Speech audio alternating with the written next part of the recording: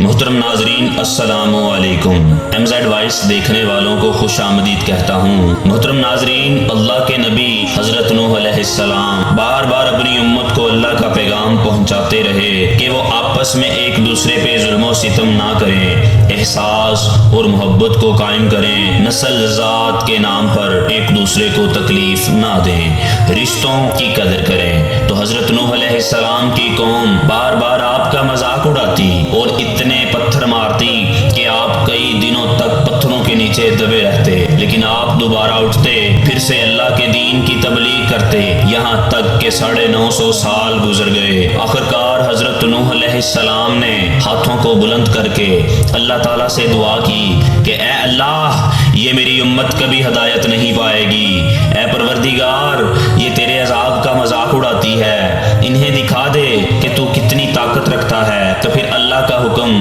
حضرت نوح علیہ السلام کے لیے آیا کہ اے نوح، ایک کشتی تیار کر اور اس میں پورے جہان کے چرند پرند اور ان انسانوں کو شامل کر جو تم پر ایمان لے آئے۔ تو حضرت نوح علیہ السلام نے درخت اگائے اور کشتی بنانے میں لگ گئے۔ آپ کی ساری قوم آپ پر ہنستی رہی، مگر حضرت نوح علیہ السلام اللہ کے حکم کے مطابق اپنے کام میں مصروف رہے۔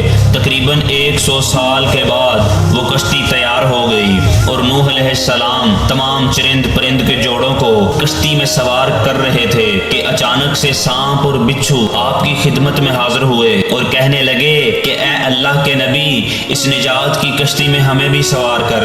تو حضرت نوح علیہ السلام نے فرمایا، تم تو انسانوں کو تکلیف دیتے ہو، ان کو کاٹتے ہو۔ تو یوں سانپ اور بچھو رو پڑے اور عرض کرنے لگے کہ اے اللہ کے نبی، آپ ہماری نسل کو بچائیں، ہم آپ سے وعدہ کرتے ہیں کہ جو بھی انسان سلام علی نوح فی العالمین پڑھے گا، ہمیں قسم ہے اپنے وجود کی، اپنے خالق کی، کہ کبھی بھی ان کو تکلیف نہیں پہنچائیں گے۔ تو اس وعدے کے بعد حضرت نوح علیہ السلام نے سانپ اور بچھو کے جوڑوں کو بھی کشتی میں سوار کر لیا۔ اس نجات کی کشتی میں جو انسان سوار ہوئے سوائے ان کے سب اللہ کے عذاب کے سبب فی النار ہو گئے۔ طوفان تھمنے کے بعد حضرت نوح علیہ السلام نے زمین کو پھر سے آباد کیا، ہر مخلوق پھر سے زندگی بسر کرنے لگی، لیکن اس آیت کو کسی بھی حیوان نے آج تک نہیں بھلایا، اور اللہ پاک نے اپنی کتاب کی سورہ الصافات میں اس آیت کو محفوظ کر دیا۔ آج بھی جنگل بیابان میں جب بھی کسی سانپ، بچھو